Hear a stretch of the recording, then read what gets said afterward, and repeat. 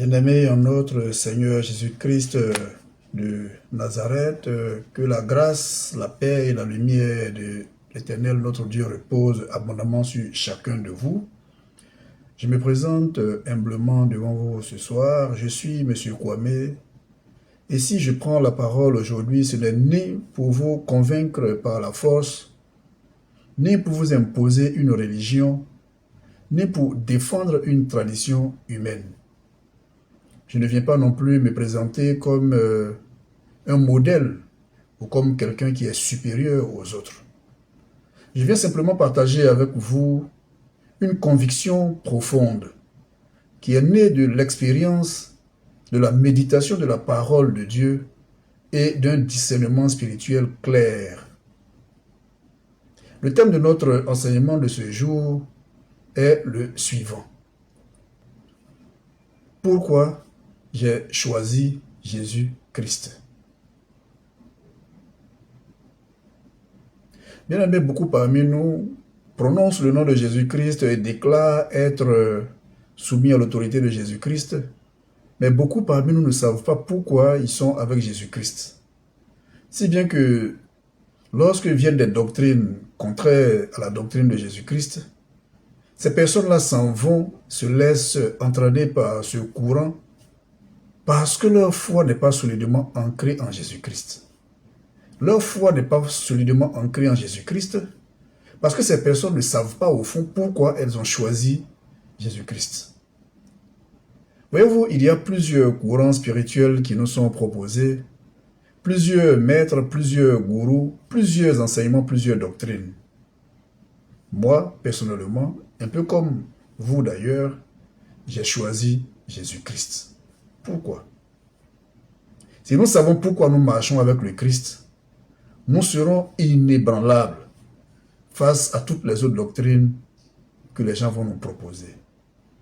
L'objectif de cet enseignement est simple et clair. Il s'agit d'aider chacun à discerner qui détient réellement l'autorité sur sa vie. Il s'agit également de fortifier la foi des uns face aux peurs spirituelles, et il s'agit enfin de conduire les uns et les autres à un choix conscient, personnel et sans compromis en faveur de Jésus-Christ. Cet enseignement, bien entendu, se développera en deux grandes dimensions. La première dimension, ce sera une révélation spirituelle personnelle. La deuxième dimension de cet enseignement portera sur un appel au choix de Jésus-Christ en Afrique, singulièrement pour nous, peuple dit africain. Bien-aimé à notre Seigneur Jésus-Christ de Nazareth, si j'ai choisi Jésus-Christ, ce n'est pas parce que je suis né dans une famille chrétienne. Ce n'est pas parce que j'aime forcément l'Église. Ce n'est pas parce que je suis parfait. Ce n'est pas parce que je suis plus fort que les autres. Ce n'est pas parce que je suis meilleur que les autres. J'ai choisi Jésus-Christ simplement parce que j'ai compris une chose essentielle. Même Satan agit sous permission. Mais Jésus-Christ, lui, il commande. Ce message n'est pas un discours religieux. C'est un témoignage spirituel. C'est une déclaration de position. C'est aussi une réponse à une question que beaucoup parmi nous se posent en silence, bien entendu. La question qu'on se pose souvent est celle-ci. Qui est réellement au contrôle de ma vie? Qui tient ma vie réellement? En première analyse, nous allons voir que Satan agit, c'est vrai, mais il n'est jamais libre. Et à ce sujet, la Bible est très claire. Satan n'est pas tout puissant. Il n'est pas souverain. Il n'agit jamais librement comme on veut bien vous le faire croire. C'est pas vrai. Tenez par exemple dans le livre de Job. Il est écrit dans Job chapitre 1 verset 12. L'Éternel dit à Satan, « Voici tout ce qui lui appartient. Je te le livre. Seulement, ne porte pas la main sur lui. » Voyez que dans ce texte, La parole est claire. Satan voulait attaquer Job. Mais il n'est pas allé frapper directement. Il a dû demander la permission. Et Dieu lui a fixé des limites précises. Tu peux faire ça, mais je t'interdis de faire ça. Tu peux faire ceci, mais je t'interdis de faire ceci. Cela signifie une vérité toute simple. Satan ne fait jamais ce qu'il veut, contrairement à ce que vous pensez. Il agit, oui, mais il agit dans un cadre qui lui est imposé. Satan menace, c'est vrai, mais il n'est jamais le patron. Nous allons prendre un exemple concret. Chez nous, en Afrique, et d'ailleurs dans toutes les agglomérations modernes dans le monde, cet exemple peut être facilement compris. Il y a dans chaque village une autorité. C'est un fait. L'autorité peut être un chef. Ça peut être un roi. Ça peut être un responsable.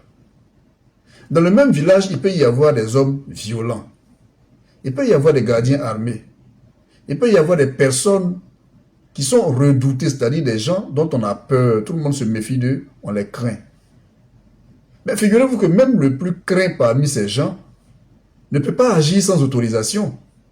S'il agit sans autorisation ou s'il agit sans ordre du roi, il sera puni, il sera arrêté, il sera peut-être même destitué. Eh bien, Satan fonctionne exactement de la même manière. Il peut être rusé, il peut vous faire peur, il peut faire beaucoup de bruit, beaucoup de tapage, comme vous le voyez ces derniers temps. Mais il n'est jamais au-dessus de Dieu. En troisième analyse, moi j'ai choisi Jésus-Christ et pas les ténèbres. Voyez-vous bien aimé en Jésus-Christ, notre Seigneur et Sauveur, les sorciers, les marabouts, les féticheurs, ils ont tous des limites très claires. Ils travaillent dans une zone précise.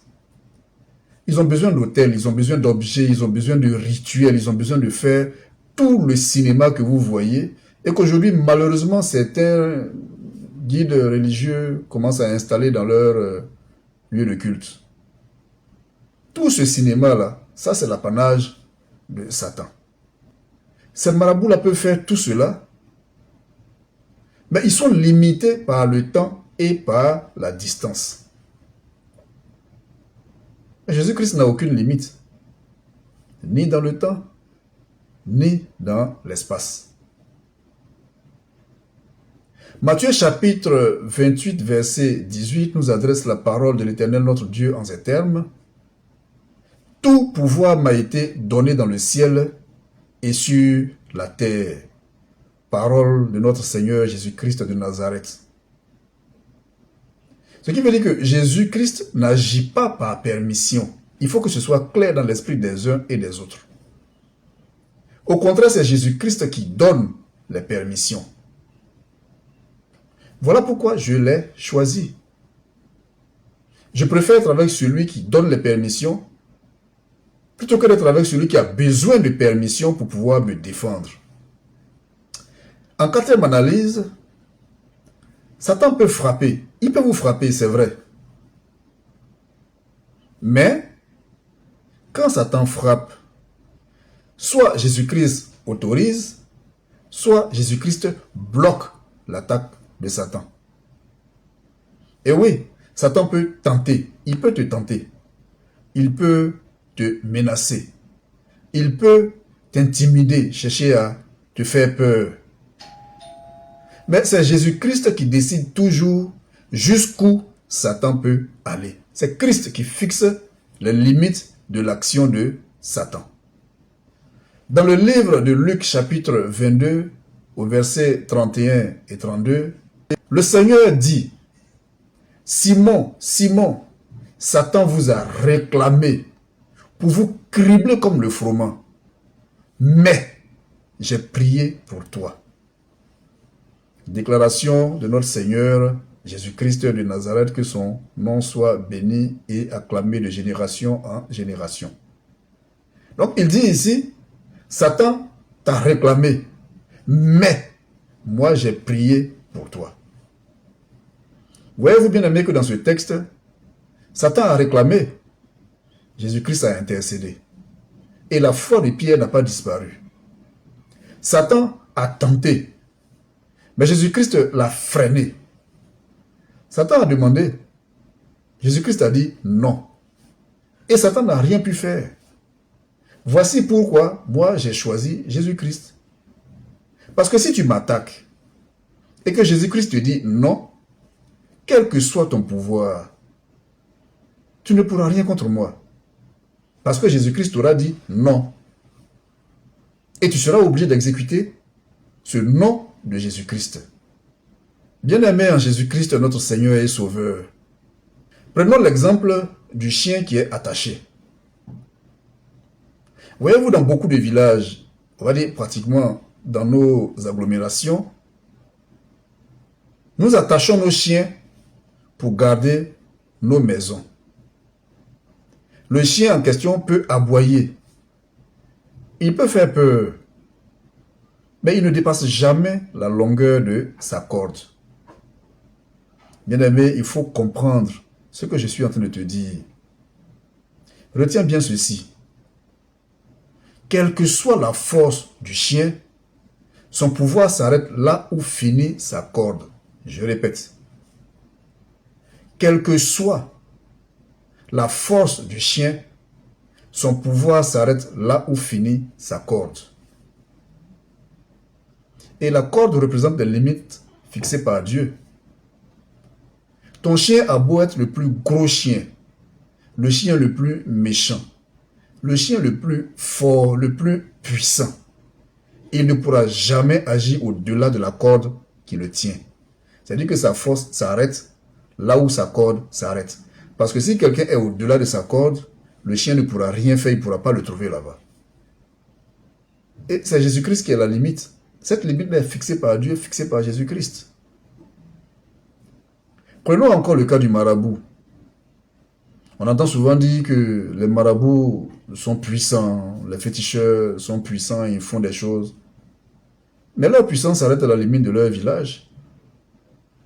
Pourquoi? Mais parce que leur puissance est limitée dans le temps et dans l'espace. Et ils ont besoin d'objets, ils ont besoin de rituels, ils ont besoin d'autels. Alors que Jésus-Christ, lui, il n'a pas besoin de ces choses. Il agit partout. Pour que tu comprennes bien cette partie, je vais te donner quelques éléments sans rentrer dans le détail. Lorsque, on va dire un sorcier, un marabout, qui que ce soit, reçoit un contrat pour attaquer quelqu'un qui se trouve dans un autre village ou dans une autre ville, ce sorcier-là a besoin de la permission des responsables du monde spirituel de la ville où se trouve la victime. Sinon, il ne peut pas agir. Je veux dire, si le sorcier, quelle que soit sa puissance, il part du Ghana, il ne peut pas venir attaquer en Côte d'Ivoire. Sans la permission des autorités spirituelles de Côte d'Ivoire, ce n'est pas possible. Si le sorcier part de Mans, il ne peut pas venir opérer à Abidjan sans l'autorisation de la hiérarchie spirituelle d'Abidjan. Alors, qu'est-ce qu'il va faire? Il a deux possibilités. Soit il négocie, c'est-à-dire qu'il se déplace et il vient sur les lieux. C'est pour cela que parfois, quand vous leur confiez un contrat, ils sont obligés de dire, bon, moi-même, je vais me rendre là-bas. Parce qu'il a oublié de se retrouver sur le même territoire que la victime pour pouvoir agir. Mais même là encore, quand il arrive, il va négocier. Dans la négociation, donc, soit il fait ce qu'on appelle un troc. C'est-à-dire que moi, on m'a appelé de Korogo pour venir attaquer une victime qui se trouve à Abidjan. Moi, j'arrive à Abidjan, mais je ne peux pas agir. Je suis obligé de contacter les autorités spirituelles d'Abidjan et je leur propose un deal. Le deal, c'est que moi, on m'a envoyé de Korogo pour venir prendre un gars qui est chez vous ici. Les gens d'Abidjan vont dire, mais oui, mais ça tombe bien. Nous aussi, il y a quelqu'un à Abidjan ici qui a demandé un contrat contre quelqu'un qui se trouve actuellement à Korogo. On fait le troc. Donc, le sorcier de Korogo va livrer celui qui est à Korogo aux gens d'Abidjan, et les gens d'Abidjan vont livrer celui qui est à Abidjan à celui de Korogo. Mais tout ça, bien entendu, ne peut se faire que si la porte a été ouverte par le lien de sang, c'est-à-dire par un de tes parents, quelqu'un qui est rattaché à toi par le sang. Ou si toi-même tu t'es livré, bon, je ne vais pas rentrer dans le détail. La deuxième possibilité, c'est que le sorcier, il peut rester chez lui, et sachant qu'il n'a pas eu l'autorisation des autorités spirituelles de la ville où il doit attaquer, il reste chez lui, et puis il t'appelle. Il convoque ton âme. Comment il va convoquer ton âme? Ils ont plusieurs procédés. Soit il provoque un deuil. Et le deuil, là, c'est le deuil d'une personne pour laquelle tu es obligé de te déplacer. Tu vois, bien aimé, ça fait 10 ans que tu ne vas pas au village. Tu dis que tu as peur des sorciers, tu ne vas pas là-bas, tu te méfies. Chaque fois qu'il y a des deuils, tu envoies l'argent. Mais ils vont toucher une personne. Et cette personne-là, vraiment, tu es obligé de te déplacer. Et tu vas dire à ta femme, chérie, tu sais que je ne vais pas au village quand il y a les deuils. Mais lui, là, je suis obligé de me déplacer parce que lui, vraiment, on a grandi ensemble, c'est mon frère, je suis obligé de me déplacer. Et tu vas te déplacer. Et ils t'attendent. Ou alors, ils vont créer une circonstance heureuse. Soit c'est un de tes amis qui va être intronisé comme chef de village. Tu vas dire, mais moi je fais partie des cadres du village. Si on doit introniser le chef, moi je dois absolument être là. Parce que tu veux qu'on te voie. Tu as des ambitions politiques.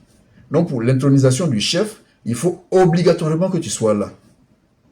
Ils t'attendent. Ou alors, tu as ton patron à qui ils s'en vont parler sans que lui il le sache. Et il programme une mission dans ta zone. Un matin, tu arrives au travail, ton patron t'appelle. Il dit, bon, on a reçu de nouveaux projets que le gouvernement nous demande d'exécuter. Mais il se trouve que ce projet-là, j'ai décidé de le mettre dans ton village. Donc, on sera chez toi le week-end prochain pour la cérémonie de pose de la première pierre. Tu ne pourras pas dire à ton patron que tu ne vas pas chez toi et que ça fait longtemps que tu fuis les gars du village.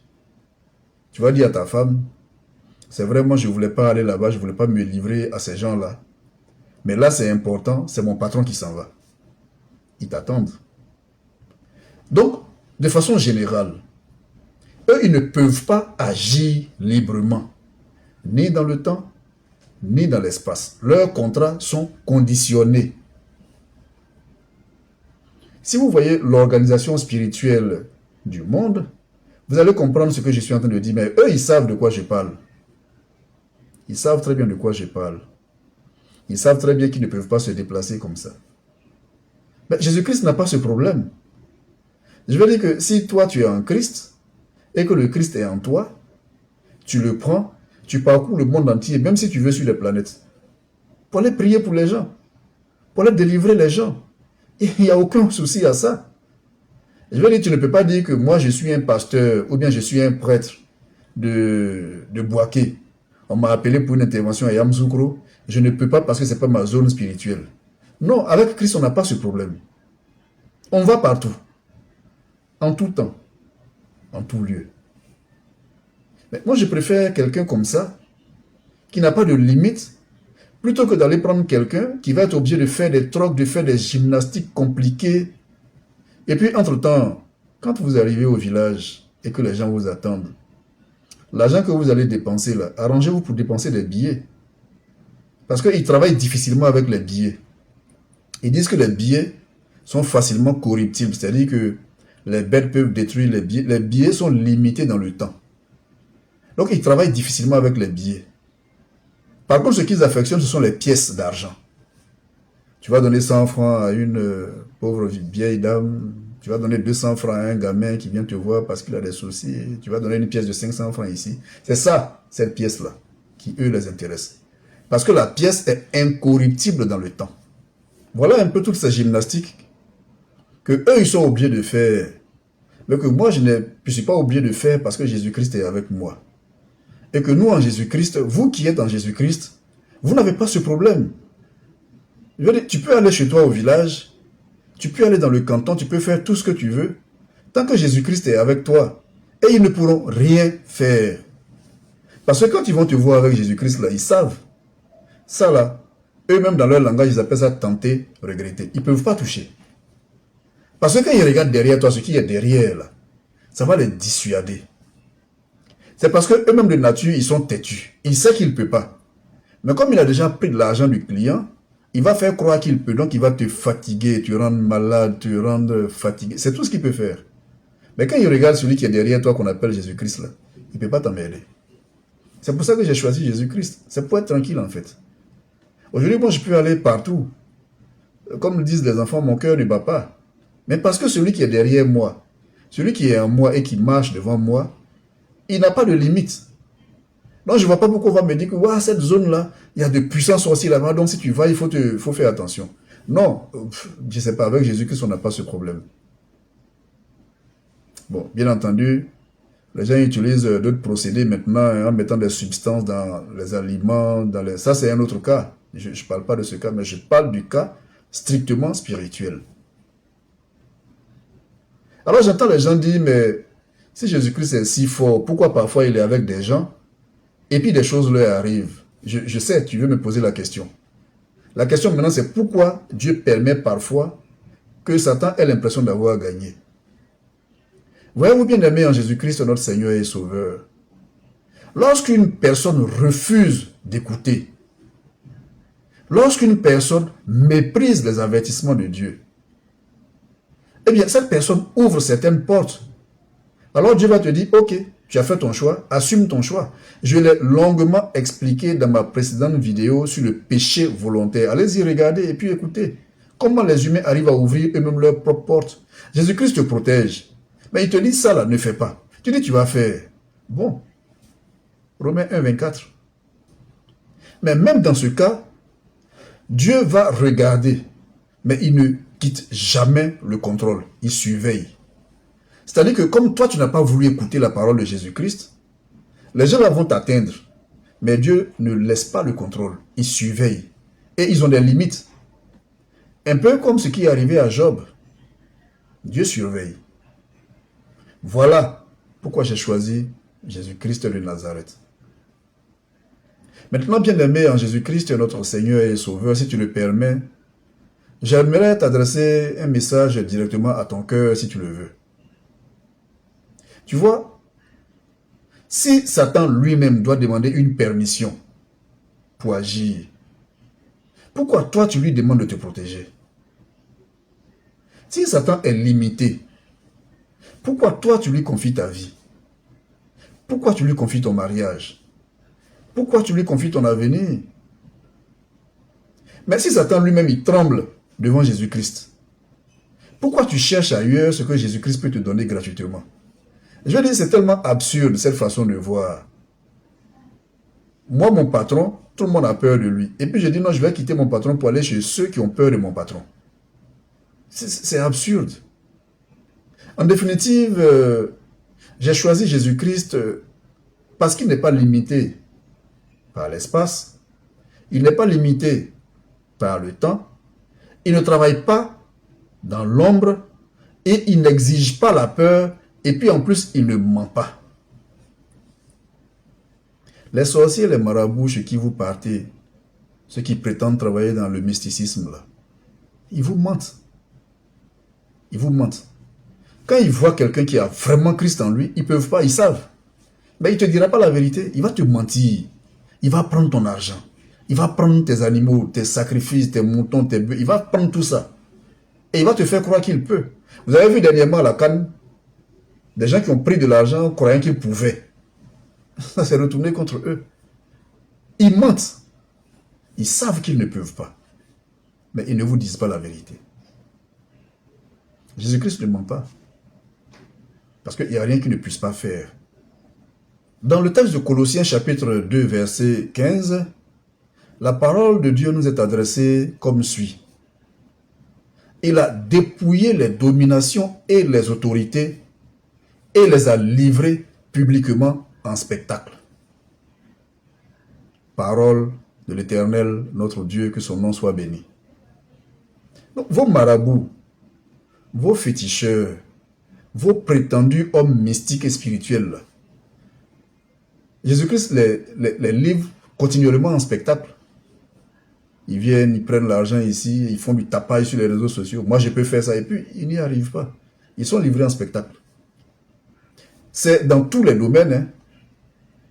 Celui qui a Jésus-Christ en lui ne fait pas de tapage. Vous ne savez même pas qu'il existe. Parce que Jésus-Christ n'était pas acteur, n'était pas comédien, il n'était pas DJ, il n'était pas artiste. Comme ce que nous voyons aujourd'hui, où les gens passent tout leur temps à être des grands DJ, des grands chorégraphes, des artistes musiciens dans leur lieu de culte. Jésus-Christ ne faisait pas tout ça. C'est pour ça que j'ai choisi Jésus-Christ. En conclusion, bien-aimé en notre Seigneur Jésus-Christ de Nazareth, j'ai choisi Jésus-Christ pas parce que je suis un homme parfait, je ne prétends pas être parfait. Je ne prétends pas être plus fort que les autres. Non, pas du tout. Qui suis-je, moi? Mais j'ai choisi Jésus-Christ parce que j'ai compris une chose essentielle. Qui commande réellement? Ça, j'ai compris. Satan agit sous permission. Jésus-Christ agit par autorité. Satan, lui, l'attaque en cachette. Jésus-Christ règne ouvertement, sans se cacher. Satan, il vole et il détruit. Jésus-Christ sauve et il restaure. Dans Jean chapitre 10, verset 10, la parole de l'Éternel nous est adressée en ces termes. « Moi, je suis venu afin que les brebis aient la vie et qu'elle l'ait en abondance. » Parole de notre Seigneur Jésus-Christ de Nazareth.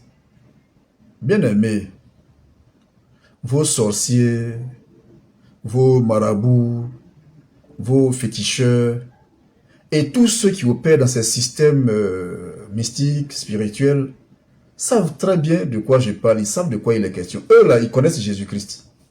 Ils vous mentent. Sinon, ce qu'on appelle Jésus-Christ là, eux ils connaissent, ils savent. Mais la vérité, c'est qu'ils jouent avec votre esprit. Ils jouent avec l'esprit des gens. Ils jouent avec l'esprit des plus faibles. Ils exploitent votre peur. Ils exploitent votre ignorance. Ils exploitent votre souffrance. C'est pour cela que vous devez marcher toujours avec Jésus-Christ. Parce qu'en lui, vous devenez spirituellement affermi, éclairé et discernant. Ça veut dire que vous apprenez à faire le discernement pour que plus personne ne vienne vous tromper. Et quand vous êtes fort en Christ, ils ne peuvent plus vous tromper. C'est pour ça qu'ils vous empêchent d'écouter la vraie parole de Christ. La parole de Dieu nous avertit clairement. Ne donnez pas foi à tout esprit, mais éprouvez les esprits pour savoir s'ils sont de Dieu. Parole de l'Éternel, notre Dieu, dans 1 Jean, chapitre 4, verset 1. Tu vois, bien aimé, marcher avec Jésus-Christ, ce n'est pas le fait de fuir le monde, non. Mais c'est ouvrir grandement les yeux. C'est le fait de garder son esprit libre et de ne plus se laisser manipuler.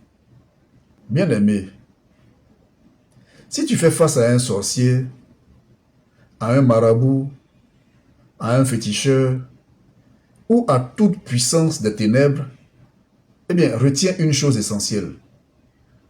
La force de ton adversaire commence là où toi, ta foi s'arrête. Je répète, la force de ton adversaire commence là où toi, ta foi s'arrête.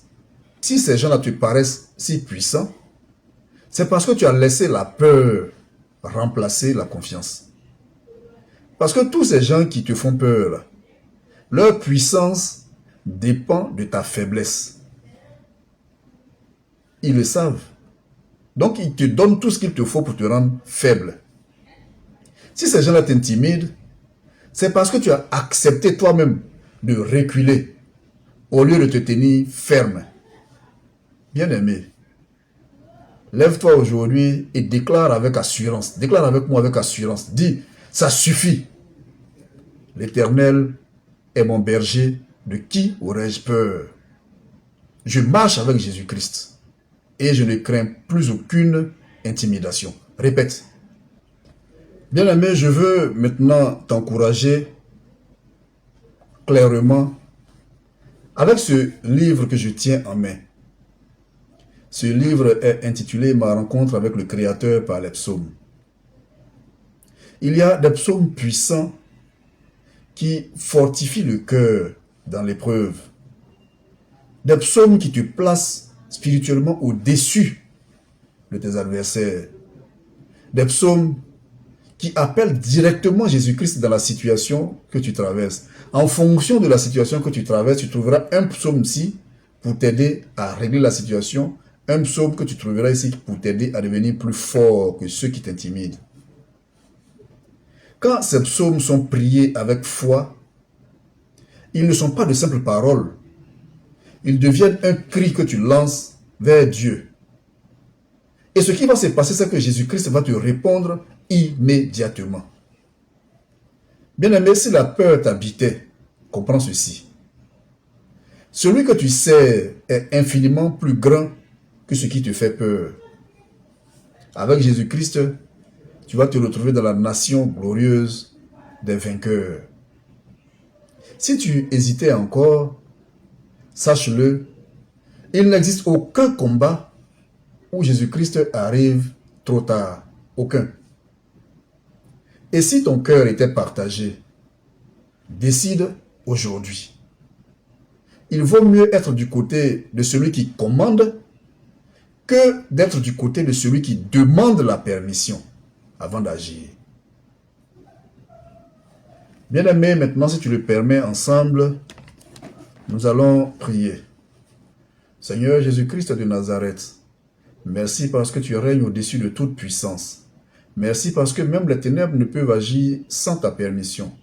Aujourd'hui, je choisis Jésus-Christ sans compromis. Seigneur Jésus-Christ, aujourd'hui, je te choisis, toi le roi des rois. Je te choisis sans peur, sans retour en arrière. Sois mon refuge, sois mon autorité, sois mon salut. Au nom puissant de Jésus-Christ, Amen, Amen et Amen. Mais bien-aimés en notre Seigneur Jésus-Christ de Nazareth, j'ai eu une grande joie à partager avec vous ces paroles d'édification et de vie. Ce fut un réel privilège de cheminer avec vous à travers cet enseignement. Je me réjouis déjà à l'idée de vous retrouver très bientôt pour d'autres moments de partage, d'enseignement et de croissance spirituelle par la grâce de l'Éternel, notre Dieu, lui qui siège d'éternité en éternité pour des temps sans fin. D'ici là, que notre Seigneur Jésus-Christ de Nazareth vous garde, qu'il protège vos cœurs, qu'il éclaire vos pas et qu'il vous conduise chaque jour dans sa paix. Que Dieu vous garde abondamment et au plaisir de nous revoir.